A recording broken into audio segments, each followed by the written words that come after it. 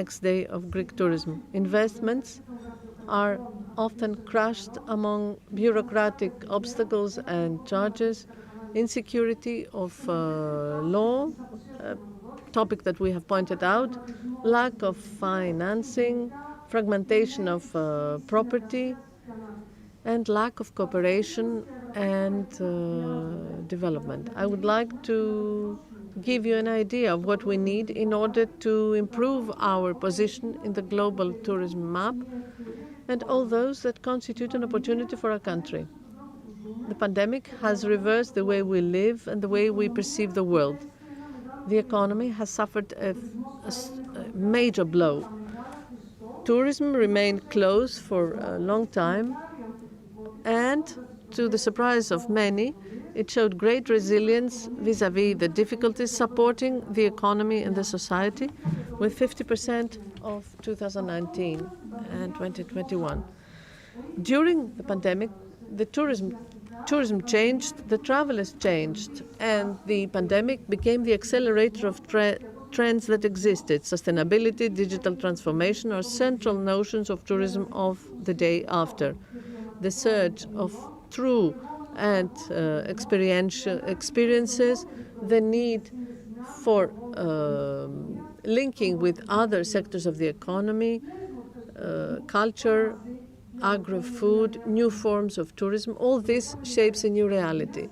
The day after of the pandemic will find Greek tourism in a privileged position. The main value proposal of Greece, the authenticity of the product, nature, culture, gastronomy, the local color, contact with the people on the stop will be what we will be looking for. But in order to achieve the maximum for Greek economy and society, we need investments that will make our destinations to a tourism product, or investments that will shield the destinations vis-à-vis the major tourist flows and will ensure their sustainable growth. Greek tourism in the period after the pandemic is necessary to retain, but also to improve the high level of competitiveness that it has through the offer, the provision of an unimpeded, sustainable and high-level experience across the whole range of the tourist value of chain. In order to do that, we need a series of actions. For instance, the support of infrastructure towards sustainability will play a major role. Apart from the various needs in infrastructure all over the country, some proposed new projects have possibly the potential to constitute flagship projects for the development of Greek tourism. Metropolitan Conference Center in Athens, the coastline of Athens, upgrading of customs stations, the new port in Santorini, upgrading of the Heraklion airport, and light infrastructure, marinas, ports, trails, and many others. Despite the billions of euros that have supported public infrastructure before the pandemic, the first topic on the agenda was the lacks of the country and the weakness of the destinations to respond to the constant influx of tourism. Public infrastructure pertain to energy, communication networks, waste disposal, airports, ports, marinas. The example of Fraport and the transformation of the 14 airports is indicative of the need of the new direction. The infrastructure in destinations have to stop being the weak link, even more so when the next day, the day after for tourism is the protection of the environment and sustainable choices for tourists and inhabitants. Ladies and gentlemen, all the surveys among tourists that have visited our country show the supremacy of private infrastructure vis-à-vis the public ones. And the international brands give a vote of confidence to our country and the prospects of tourism. It is also interesting to note that investments planned before the pandemic continued their implementation or are underway now. And the general upward trend of investments in tourism on a global scale, in combination with the power of the tourist brand of the country, turned the international interest to our country. Of course, public infrastructure is not enough to create a tourist product because they constitute a necessary but not sufficient condition. And if we understand that, we can unchain a lot of value for the country. Is the soft investments in creation of experience, the digital transformation of businesses, the experience itself, promotion, education, the ecosystem of startups that shape indeed the product and create demand.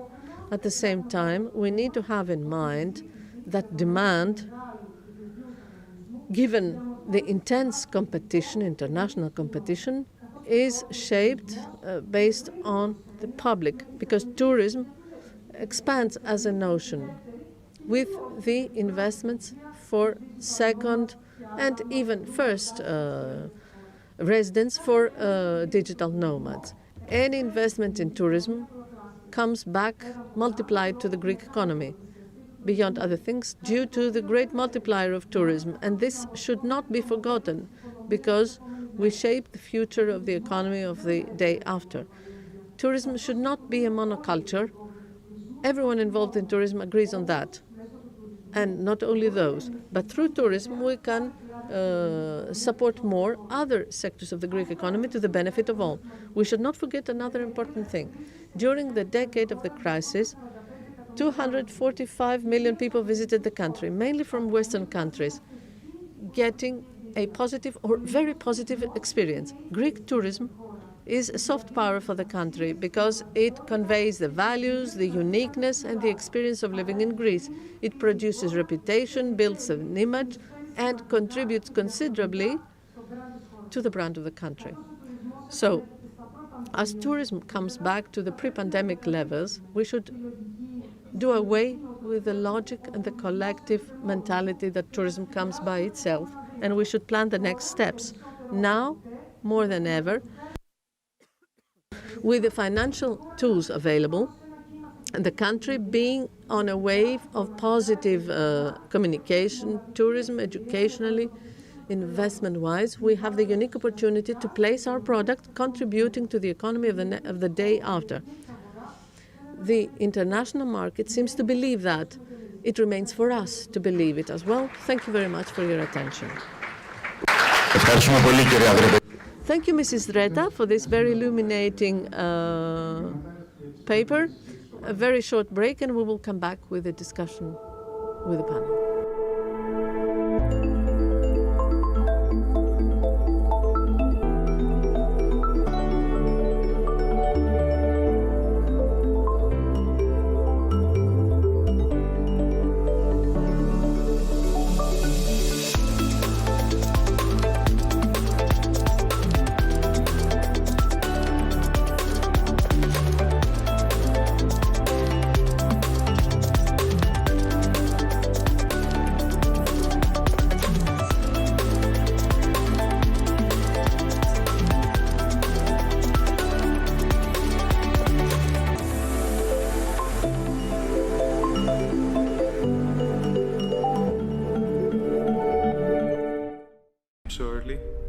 Getting married.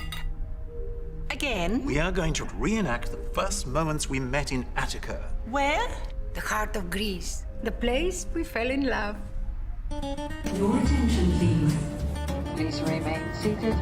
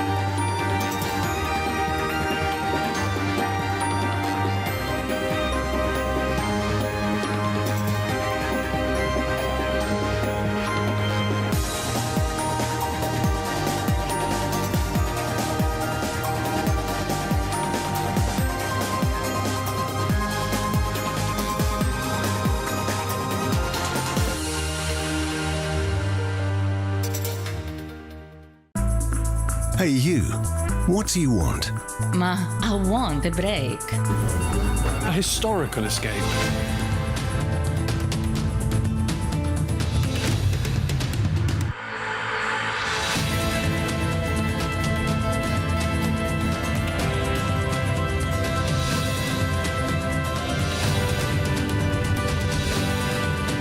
All you want is Greece.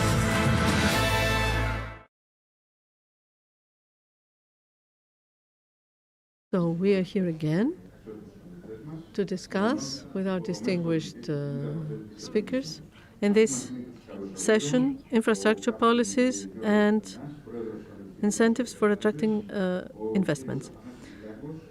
Mr. Koumpenas is with us, Chief Operations Officer of Celestyal Cruises, Mr.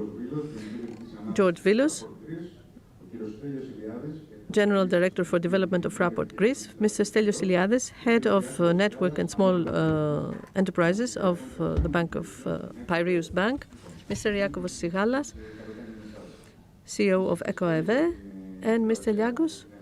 So, Captain, we will start with you. We discussed about cruises, so let's hear from you. How are cruises faring in our country? What are the messages from this season? And what are we expecting for the future and the development of this sector? Thank you for the invitation to this meeting today. Cruises in 2021 showed that they are very resilient. This is due, of course, to the efforts undertaken by the Greek government and not only all the bodies involved with cruises. Despite the pandemic, cruises came to Greece, and the cruisers active in Greece were 50% of the ships, of the vessels that were active in global cruises. And this was due to the targeted actions undertaken by the Greek government so that the health protocols were ready pertaining to the pandemic. The ports adopted the protocols, and of course, actions were undertaken to attract people to Greece for cruises. So, despite the difficulties for cruises, for Greece it was a very, very good year. Mr. Liagkos, in the Thessaloniki Port Authority, you have among your strategic objectives to promote Thessalonica. I suppose that the results are very encouraging for this objective, the results of this season. And how are you going to go on with this strategy? One of the strategic objectives is, of course, the development of cruises. For many years, Thessalonica, I would say that they were not in the central map of cruises, quote unquote. So we tried, and taking into account the difficult conditions of the pandemic, we tried to develop it in a way that it is stable and to develop it in time. In 2021, we had 17 arrivals of cruises, but this is a basis because for 2022, we have already confirmed 49 arrivals. The important thing is that when we analyze the data, we will see that among the cruisers that arrived, 50 to 60% were home porting.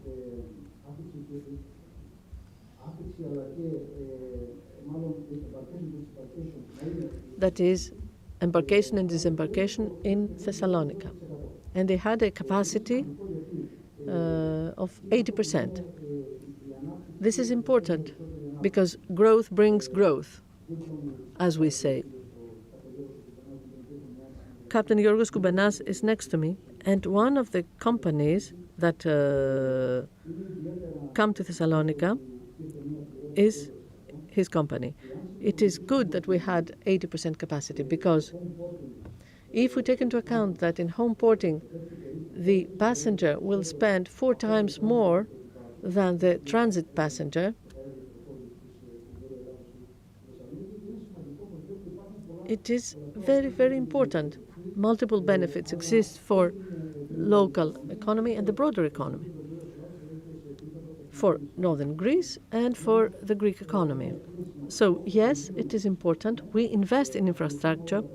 We follow all the protocols so that with the assistance, the help of all sectors, the municipality of Thessaloniki, the region, etc., etc.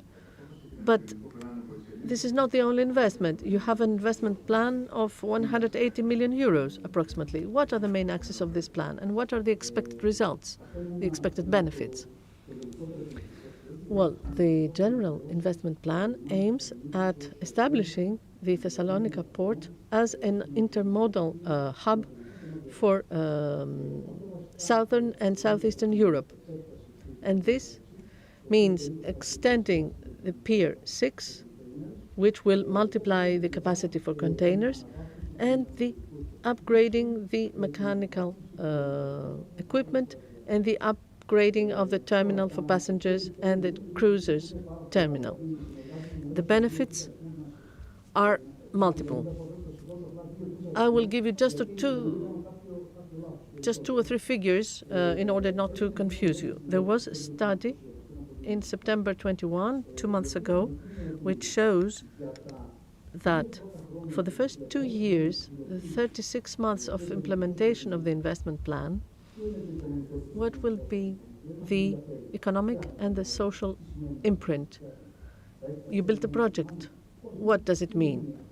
What does it mean? What does it show? Revenues more than 230 million euros for the whole ecosystem, that is cooperating companies, suppliers, etc. The revenues of the state are increased with a tax for more than 35 million for the first 2 years. Added value to be created, 90 million annually during the construction period, contributing to the GDP of the country, and above all, we will have approximately 3,000 jobs created. This is just for the creation, the first 2-3 years of the construction. For the next years, when the project is ready, what does it mean? For the period 26 to 35, this will create annual revenues of 252 million euros across the supply chain, transport companies, providers, etc. Revenues for the Greek state, 55 million euros from direct and indirect taxes, and approximately 4,000 new jobs in the whole ecosystem. Thank you very much, Mr. Liagkos. Mr. Vilos, I think that the sea news is very, very encouraging. What about the air? You have implemented a major investment plan for the airports of the country, because the first image that the traveler gets is very encouraging. How do you see the movement and what do you expect for this season? Microphone, please. Τώρα, εντάξει.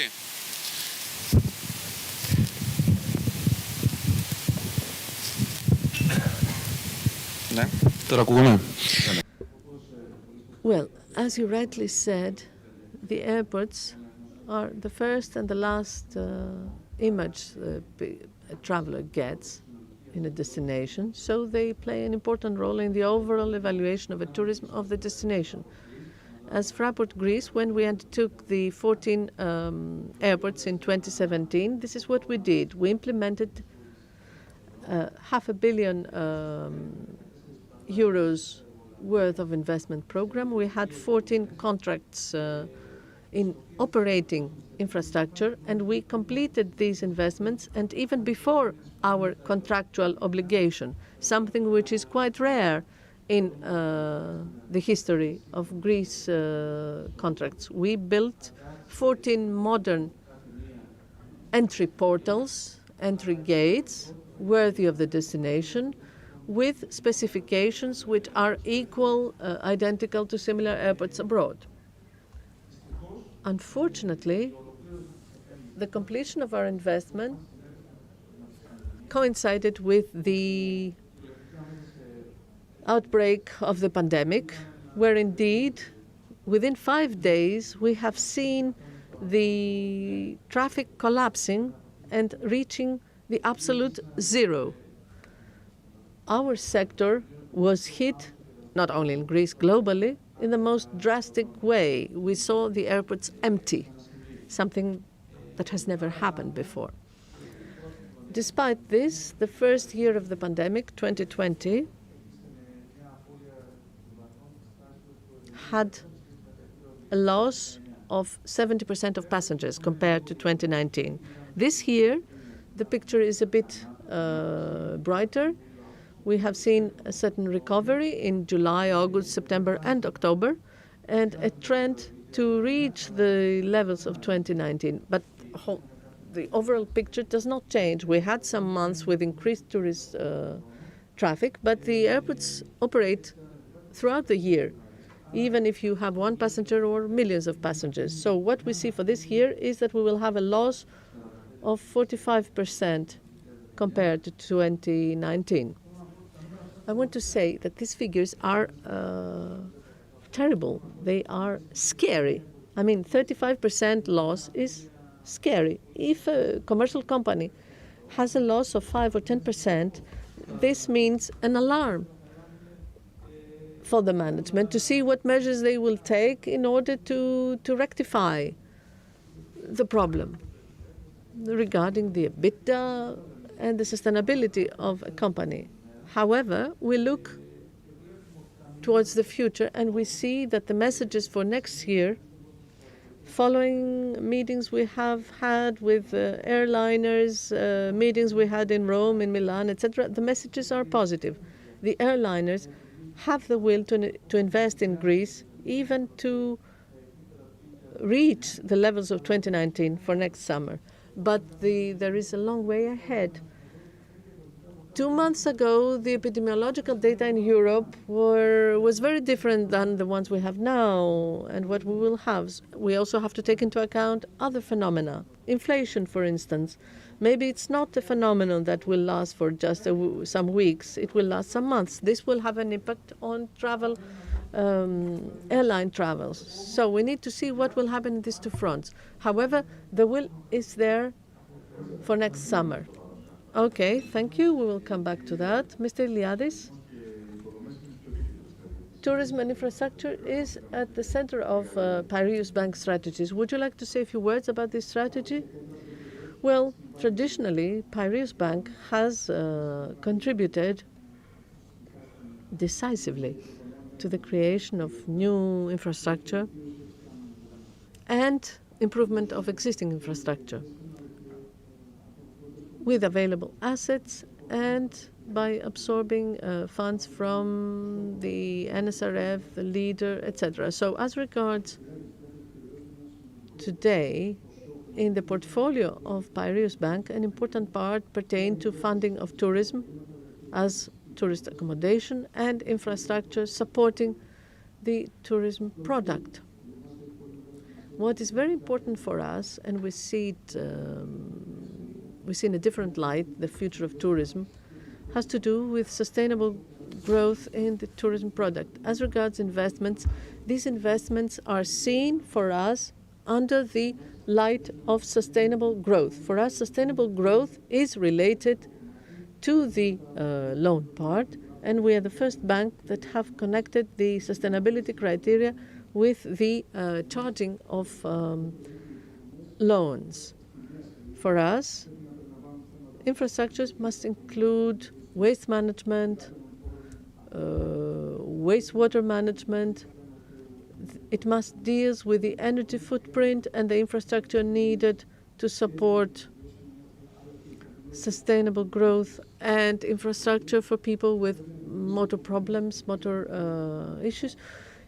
You need to help the local societies in order to absorb the agricultural product and connect it to tourism and create an element of cultural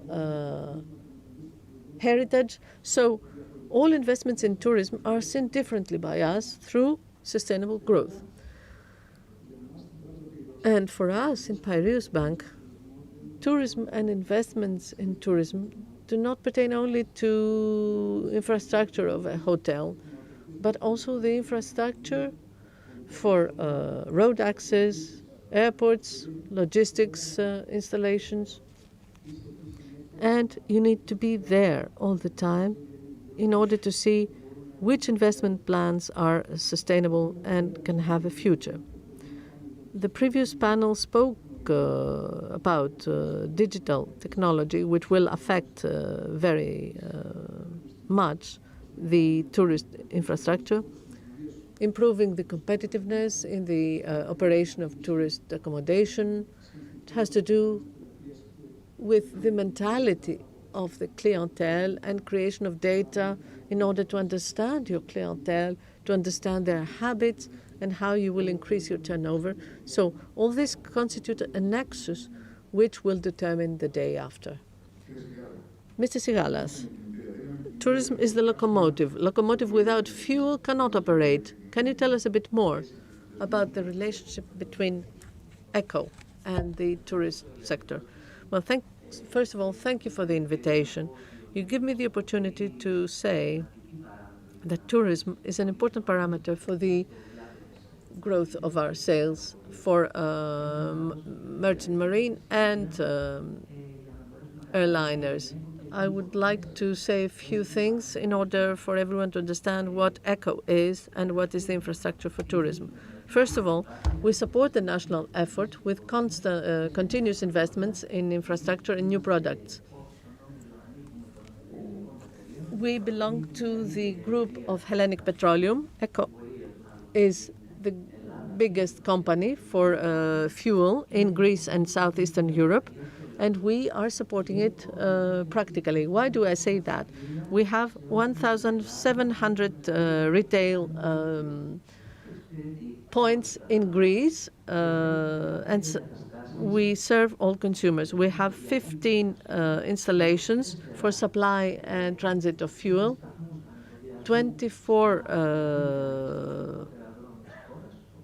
reloading stations in the greatest airports of the country, as Mr. Vilos said, 2 facilities for natural gas, and 1 lubricants mixing unit. So we move everything on land, sea, and air. So about sea, regarding marine infrastructures, we have the infrastructure to serve the vessels 24 hours, 24/7, as the captain knows, and 365 days a year. We have a fleet of supply vessels in Piraeus and Patras to cover the needs for navigation and for cruises. And we have also lorries to cover the needs all over Greece. Now, regarding new products, the ThPA group has timely proceeded to important investments in the refineries so as to proceed first in the production of low sulfur fuel for marine vessels. And this shows practically how we contribute to the protection of the environment. Now, 2 words about air transportation. We have 24 reloading stations. This is supported by a verticalized supply chain from the refinery to the airliner, which means that we have 50 special vehicles. We have also tankers.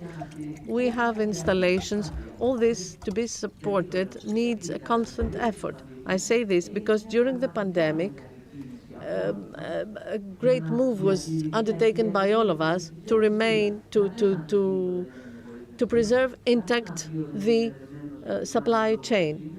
No vehicle remained without fuel, no vessel remained without fuel, and no vessel was lost. And all this without letting anything show. And this was due to the fact that we retained the supply chain intact. As Mr. Vilos said, this was done without letting anyone go. When we saw the terrible numbers of reduction of air fuel, which which plummeted. It reached 90%. Now, regarding tourism and what we do, there is no case for a vessel or an airplane to move without fuel. So, the more often we have flights arriving to Greece, the more arrivals we have by vessels, by cruisers, the more needs we have for fuel. So tourism and sales for us are directly linked. Thank you. We have taken stock of today, the current state of play in your fields. Let's take a look at tomorrow, the short run, 2022 and the years to come. There's a national growth plan for the tourist industry. There's the RRF, and we are hopeful that sooner or later the pandemic will be over so that we may focus on our tourist product. Captain?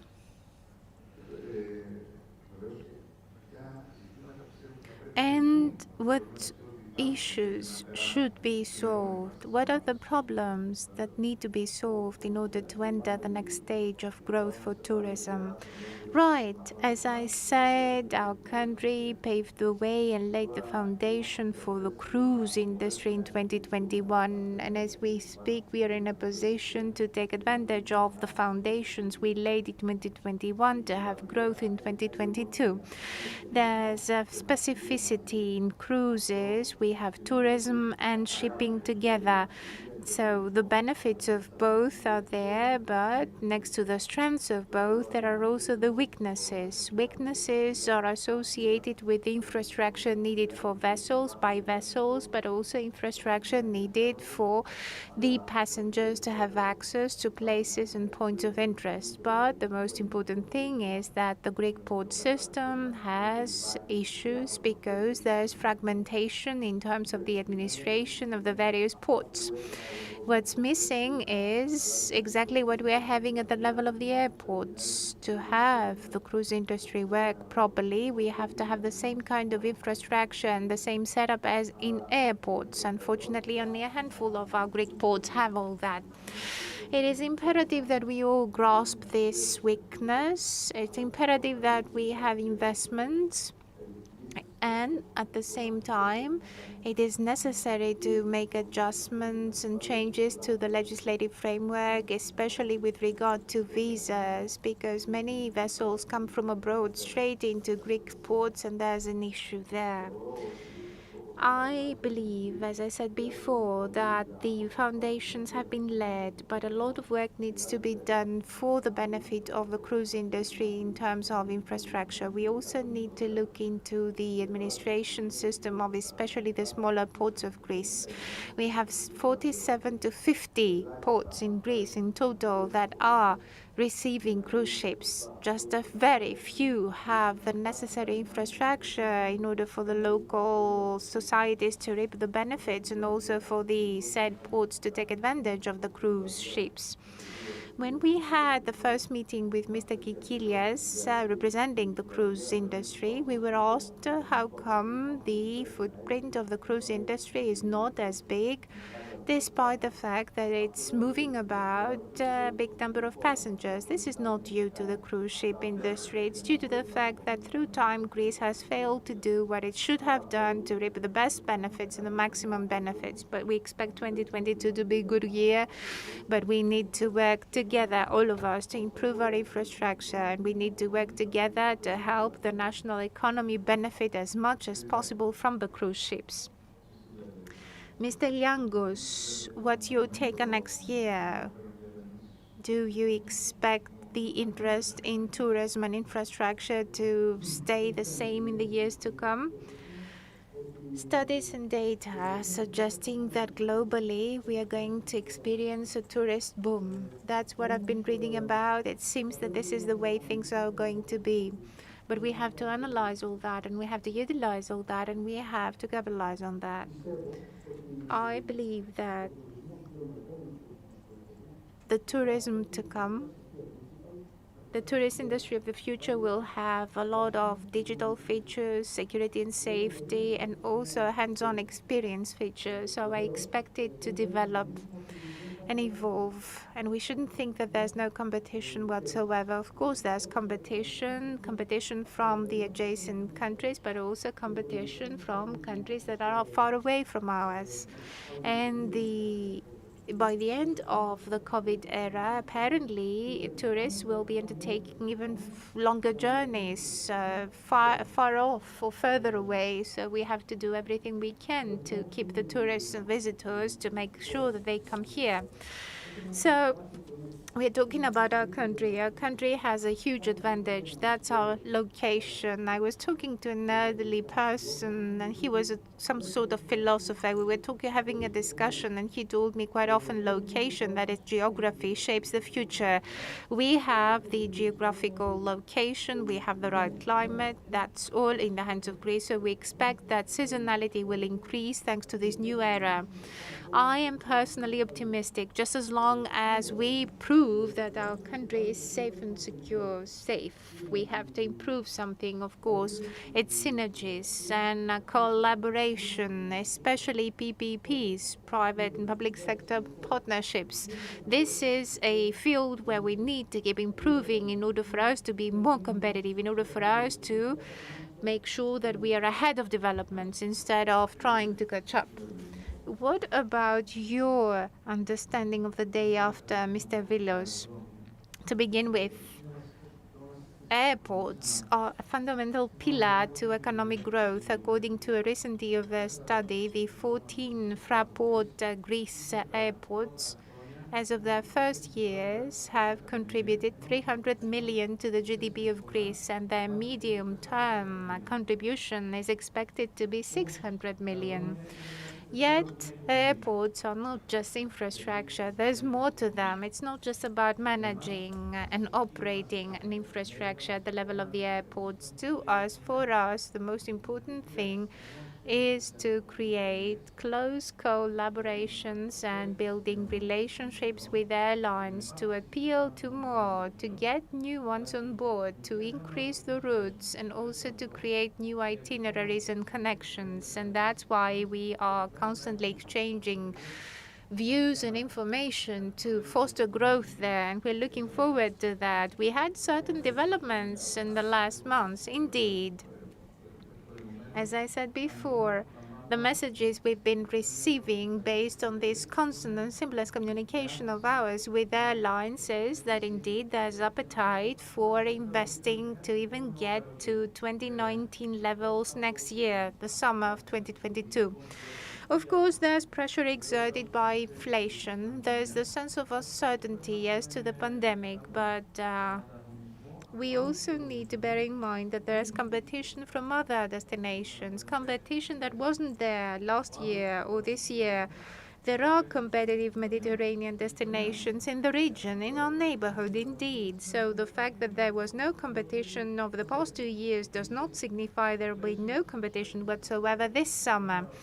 And in the context of appealing to and having new routes and connections, next to the connection to the airlines and our collaboration, we are heavily investing in synergies with the local communities, the regions, the municipalities, the associations of hoteliers, because there are many destinations where a chamber, the regional authority, maybe the municipality, each and every one of them have a different approach in terms of promoting the tourist industry and the tourist product. We have been doing that for the past 4 years, and we're going to accelerate and pick up speed in terms of doing that. We want to get everyone seated around the same table to make sure that all of us are seated at the same table and we all forge a shared and common strategy to promote the tourist product. And we've done so much already with Marketing Greece, of course, and other entities. I think we were successful in Kavala, in Chania, and Thessaloniki. Στο πλαίσιο αυτό θα συνεχίσουμε προκειμένου να έχουμε την ανάπτυξη που όλοι επιδιώκουμε. And of course, we are doing that and enhancing that to have the growth we aspire to for this year, next year. Do you believe that this interest is going to stay intact over the next few years? I believe that this is going to materialize, as Mr. Iliadis, as of next year. We have the new growth legislation, the new NSRF, the RRF funds coming. So as of next year, there will be more funding for infrastructure. And so as of next year, all of these tools and instruments will be there. There will be untaxed reserves. There will be more funds. And the banking system is doing great in terms of cash flow, especially the past few years. And now, Piraeus, the bank of Piraeus, that is, or Piraeus Bank, has committed a certain number of a certain amount in order to support such investments in infrastructure. And another critical element that we as a bank are supportive of, and we have indeed communicated our relation to the business world and the political world, we, next to the capital, the business capital that we can inject, are also in a position to support the state as such in order for it to enforce the growth and development legislation, to help it certify ventures and projects. We have the know-how. Of the past few years, we have been accumulating knowledge in terms of investment plans and projects and also green growth. After all, we have been following up developments in terms of reconstruction and relevant pieces of legislation, and so the 4 pillars of the green transformation will be critical in development of the next years. And another critical element and a big question is this: when it comes to enterprises, it's important to acknowledge that they are critical in their take and understanding and even their perception of entrepreneurship. And how they perceive growth and entrepreneurship is critical. Next to funding them, we would like to encourage them to have the right culture. We are trying to show them what the benefits to be reaped are in terms of dealing with climate change and climate risks, because there are opportunities there, opportunities not just for investment but also for sustainability. Mr. Sigalas, what about your understanding of the day after? What are you doing in order to deal with the increasing demand?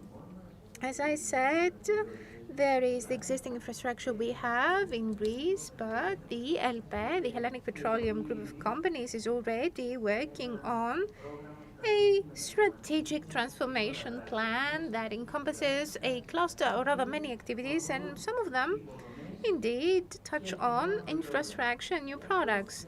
And we're doing so much because we want to ensure and secure the quality of our products and also the integrity and the health and security and safety of everyone who's involved in our activities. Plus, we want to protect and keep the logistics or rather the supply chain intact. We do have what it takes to cater to the needs of increased tourism.